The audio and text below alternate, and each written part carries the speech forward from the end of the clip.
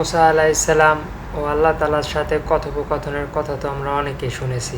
সে আল্লাহ তালাকে দেখতে চেয়েছিলেন। আজকে কোরআনের একটি আয়াত থেকে সেই ঘটনাটি জানার চেষ্টা করব। সূরা আল আরাফের 143 নং আয়াতে আল্লাহ তালা বলেন, যখন মুসা আমাদের নির্ধারিত সময় এলেন এবং তার রব তার সাথে কথা বললেন, তখন তিনি বললেন, হে আমার রব, আমাকে আপনাকে দেখান যাতে আমি আপনার দিকে তাকাতে পারি। আল্লাহ বললেন, তুমি আমাকে কখনো দেখতে পারবে না, তবে এই পাহাড়ের দিকে তাকাও। যদি এটি তার স্থানে স্থির থাকে তাহলে তুমি আমাকে দেখতে পাবে। ততপর যখন তার রব পাহাড়ের ওপর প্রকাশিত হলেন, তখন সেটি চূর্ণ হয়ে গেল এবং মুসা অজ্ঞান হয়ে পড়লেন।